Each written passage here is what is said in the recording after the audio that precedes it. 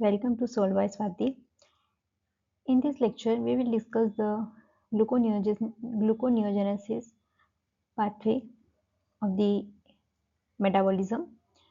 So, let's start.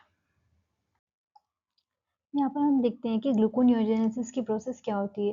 तो gluconeogenesis की process उस मेटाबॉलिज्म पाथवे में ये एक एनाबॉलिज्म पाथवे है जहाँ पर सिंथेसिस होता है। सिंथेसिस होता है ग्लूकोज का। तो इस वर्ड का मतलब ये होता है जेनेसिस मतलब सिंथेसिस और ग्लूको मतलब ग्लूकोज और नियो मतलब न्यू ग्लूकोज का सिंथेसिस। अब वो ग्लूकोज किससे बन रहा है वो यहाँ पे हम देखते हैं। तो नए ग्लूकोज का synthesis from non carbohydrate precursor. तो ऐसे नॉन कार्बोहाइड्रेट मॉलिक्यूल से ग्लूकोज का जब बनना की जो प्रोसेस होती है उसे ग्लूकोनियोजेनेसिस कहा जाता है। अब ये प्रोसेस कहाँ होती है? तो ये प्रोसेस ग्लूकोनियोजेनेसिस का जो पाथवे होता है वो बैक्टीरिया में भी देखा जाता है, एनिमल, प्लांट्स, फंजाई इन सभी में देखा जाता है और ये लगभग हमारे हर टिश्यू में ये पाथवे चलता है, हर स्पीशीज में ये पाथवे चलता है। ह्यूमन की अगर हम बात करें तो ह्यूमन में ये ग्लूकोनियोजेनेसिस का जो पाथवे है वो यहाँ पर लीवर और किडनी में मेनली परफॉर्म होता है। अब इसमें किस चीज़ से ग्लूकोज का सिंथेसिस किया जाता है? तो यहाँ पर पायरुवेट हो गए, लैक्टेट, ग्लिसरॉल और कुछ ग्लूकोनियोजेनिक अमाइनो एसिड्स होते हैं, तो उनसे यहाँ पर ग्लूकोज का सिंथेसिस किया जाता है। अब इस ग्लूकोज के सिंथेसिस की ज़रूरत क्या पड़ी सेल में? तो हमने यहाँ पर ग्लाइकोलाइसिस को डिस्कस किया था। तो ग्लाइकोलाइसिस में हमने पढ़ा था कि ग्लूकोज का ब्रेकडाउन हो रहा है। तो ग्लूकोज के ब्रेकडाउन की प्रोसेस तो ग्लूकोज ग्लाइकोलाइसिस कहलाती है। लेकिन यहाँ पर ग्लूकोनियोजेनेसिस में ग्लूकोज को सिंथेसाइज किया जाता है नॉन कार्बोहाइड्रेट मॉलिक्यूल से। क्योंकि अगर हम देखें पायरुवेट, लैक्टेट, ग्लिसरॉल जो कि फैटी एसिड से आता है, कुछ अमाइनो एसिड्स होते हैं जिससे कि ग्लूकोज बनता है। तो ये जो है ये सब नॉन कार्बोहाइड्रेट मॉलिक्यूल्स हैं जिससे कि ग्लूकोज बनाया जाता है। अब यहाँ पर ये जो प्रोसेस है क्या ये ग्लूकोज का ब्रेकडाउन और जो ग्लूकोनियोजेनेसिस की जो प्रोसेस है क्या ये दोनों सेम पाथवे में चलती है? तो यहाँ पर ग्लूकोज का ब्रेकडाउन और ग्लूकोज का बनना ये यहाँ पर कुछ हमें पता है कि ग्लाइकोलाइसिस जो है वो 10 स्टेप में कंप्लीट होता है। हम यहाँ पे देखेंगे ग्लूकोनियोजेनेसिस के लिए कुछ एक्स्ट्रा जो है सेल के अंदर एक्स्ट्रा 2 या 3 एंजाइम काम करते हैं जो कि यहाँ पर ग्लूकोज का सिंथेसिस करते हैं। तो इन 10 एंजाइम के अलावा भी यहाँ पे कुछ और एक्स्ट्रा एंजाइम काम करते हैं जो कि ग्लूकोज को सिंथेसिस करते हैं। ग्लाइकोलाइसिस में 10 स्टेप्स हमने कंप्लीट बायोकेमिस्ट्री के लेक्चर्स में डिस्कस किया था। तो आप सॉल्व बाय स्वाति पर ग्लाइकोलाइसिस के कंप्लीट लेक्चर को देख सकते हैं।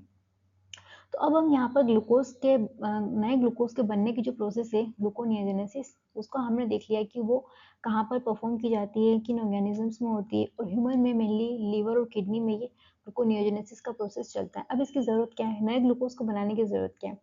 एक्चुअली सेल में लगातार हम खाना खाते हैं, हम फूड कंज्यूम करते हैं तो उससे हमें लगातार एनर्जी सप्लाई होती रहती है ग्लूकोज के थ्रू।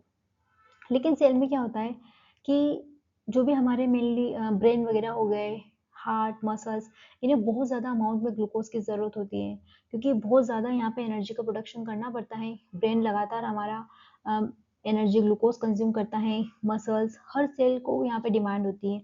तो उस हम डाइट के थ्रू जितना भी ग्लूकोज लेते हैं तो वो इनफ नहीं होता है कि हमारे सेल को एनर्जी उससे मिलती रहे। इसलिए यहाँ पर दूसरे प्रिकर्सर से भी ग्लूकोज का सिंथेसिस किया जा सकता है ताकि एक्स्ट्रा अमाउंट में हमारे मसल्स वगैरह में जो दूसरे हाईली फंक्शनल जो ऑर्गन्स है उनमें लगातार कंटिन्यू ग्लूकोज का सप्लाई चलता रहे।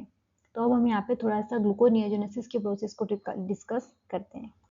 अब हमने यहाँ पर जो ग्लाइकोलाइसिस के प्रोसेस में हमने देखा था कि ग्लूकोज के ब्रेकडाउन से पायरुवेट बनता है, उस प्रोसेस को हमने ग्लाइकोलाइसिस कहा था। और जब यहाँ पर पायरुवेट वगैरह से जब ग्लूकोज का सिंथेसिस किया जाएगा तो उसे ग्लूकोनियोजेनेसिस की पाथवे कहा जाता है। तो क्या ये दोनों रिवर्सिबल होते हैं? मतलब सेम पाथवे से क्या पायरुवेट से ग्लूकोज को बनाया जा सकता है? तो नहीं, यहाँ पे कुछ डिफरेंट पाथवे भी चलते हैं, डिफरेंट एंजाइम की ज़रूरत होगी इस कन्वर्जन के लिए। तो हम देखते हैं यहाँ पे तो प्रिकर्सर इनके होंगे नॉन कार्बोहाइड्रेट मॉलिक्यूल। तो हम यहाँ पे पायरुवेट का एग्जांपल लेके चलते हैं। तो पायरुवेट क्या होगा? पायरुवेट यहाँ पर माइटोकॉन्ड्रियल मैट्रिक्स में एंजाइम प्रेजेंट होता है पायरुवेट कार्बोक्सिलेज। क्योंकि हमने कहा था कि जो पायरुवेट बनता है ग्लूकोज से ग्लाइकोलाइसिस में जब पायरुवेट बनता है तो वो साइटोसोल से माइटोकॉन्ड्रिया में जाता है और जब माइटोकॉन्ड्रिया में जाता है तो फर्दर लिंक रिएक्शन और क्रेब्स साइकिल से उसका माइटोकॉन्ड्रिया के अंदर ब्रेकडाउन होता है। तो अब यहाँ पर माइटोकॉन्ड्रियल मैट्रिक्स में पायरुवेट कार्बोक्सिलेज एंजाइम होता है जो कि 2 एटीपी के ब्रेकडाउन के साथ इससे कन्वर्ट कर देता है ऑक्सैलो एसीटेट में। अभी एक ऑर्गेनिक एसिड है और ऑक्सैलो एसीटेट जो है वो फर्दर यहाँ पर फोस्फोइनोल पायरुवेट में कन्वर्ट होता है with the help of phosphoenol pyruvate carboxy kinase enzyme. अब ये जो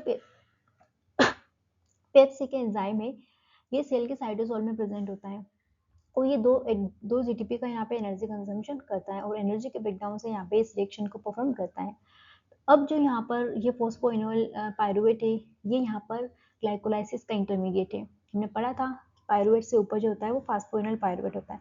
तो अब यहाँ पर ये ग्लाइकोलाइसिस के प्रोसेस में उसी रिवर्सिबल प्रोसेस में इन्वॉल्व हो चुका है। तो अब यहाँ से ग्लाइकोलाइसिस का उल्टा रिएक्शन चलेगा, फोस्फोइनोल पायरुवेट जो है वो कन्वर्ट हो जाएगा टू फोस्फो ग्लिसरेट में। सेम एंजाइम जो ग्लाइकोलाइसिस के वो यही इसी रिएक्शंस को परफॉर्म करते हैं। फर्दर ये कन्वर्ट होगा 3-फोस्फोग्लिसरेट में, ये फिर कन्वर्ट होगा 1,3-बिसफोस्फोग्लिसरेट में, ग्लिसराल्डिहाइड में, फिर कन्वर्ट होगा फ्रक्टोज 1,6-बिसफॉस्फेट, फिर यहाँ पर कन्वर्ट होगा फ्रक्टोज 6-फोस्फेट में और यहाँ पे काम करता है फ्रक्टोज 1,6-बिसफॉस्फेटेज। फॉस्फेटेज वो एंजाइम होते हैं जो किसी भी सबस्ट्रेट से फॉस्फेट को रिलीज करते हैं। ये कन्वर्ट हो गया फ्रक्टोज 6-फोस्फेट में, फर्दर यहाँ पे कन्वर्ट होता है ग्लूकोज 6-फोस्फेट में और यहाँ पे एक दूसरा एंजाइम होता है ग्लूकोज 6-फोस्फेटेज। तो यहाँ पर इस ग्लूकोज से 6 पोजीशन से फॉस्फेट को रिमूव किया जाएगा और ये कन्वर्ट हो जाएगा ग्लूकोज में विद द हाइड्रोलाइसिस प्रोसेस। तो अब यहाँ पर जो पायरुवेट है, पायरुवेट से यहाँ पर डिफरेंट रिएक्शंस के थ्रू ग्लूकोज बना, तो यही जो कंप्लीट प्रोसेस है वो ग्लूकोनियोजेनेसिस कहलाती है और हर सेल्स टिश्यू यहाँ पे इस पाथवे को यूज करता है ग्लूकोज को बनाने के लिए। तो ये एक इंपॉर्टेंट प्रोसेस पाथवे हो जाता है ग्लूकोनियोजेनेसिस का, जहाँ पर नॉन कार्बोहाइड्रेट मॉलिक्यूल से ग्लूकोज का सिंथेसिस किया जाता है और यहाँ पे 4 डिफरेंट एंजाइम काम करते हैं जो कि है पायरुवेट कार्बोक्सिलेज, दूसरा है पेप कार्बोक्सिकाइनेज एंड यहाँ पे है फ्रक्टोज 1,6-बिसफॉस्फेटेज एंड ग्लूकोज 6-फोस्फेटेज। तो ग्लाइकोलाइसिस में यूज होने वाले उन 10 एंजाइम से अलावा भी यहाँ पर ये 4 डिफरेंट एंजाइम काम करते हैं इस प्रोसेस को रिवर्स ले जाने के लिए। तो ये पूरी प्रोसेस यहाँ पर चल रही होती है जिससे कि जो नॉन कार्बोहाइड्रेट मॉलिक्यूल है उन्हें यहाँ पर डायरेक्ट ग्लूकोज का सिंथेसिस किया जा सकता है और अब इस ग्लूकोज को सेल ब्रेक डाउन करके एनर्जी बनाने के लिए यूज कर सकती है। तो सेल को ग्लूकोज यहाँ पे अवेलेबल कराया जाता है। अब जब हमने यहाँ पर डिफरेंट पाथवे डिस्कस किए थे, चाहे क्रेब साइकिल हो, पेंटोस फॉस्फेट पाथवे हो, ग्लाइकोजिलेट साइकिल हो, हमने डिफरेंट पाथवे बायोकेमिस्ट्री लेक्चर्स में डिस्कस किए थे। तो अब यहाँ पे क्या होता है, हमने ये भी देखा था कि मेमल्स के अंदर फैटी एसिड को ग्लूकोज में कन्वर्ट करने का कोई भी पाथवे अवेलेबल नहीं है। तो मेमल्स में क्या होता है कि फैटी एसिड से जो एसिटाइल कोएंजाइम बनता है हमारे अंदर, उसको हम ग्लूकोज में कन्वर्ट नहीं कर सकते। तो डायरेक्ट हमारे पास ऐसा कोई मैकेनिज्म नहीं है जिससे कि हम ग्लूकोज बना पाए।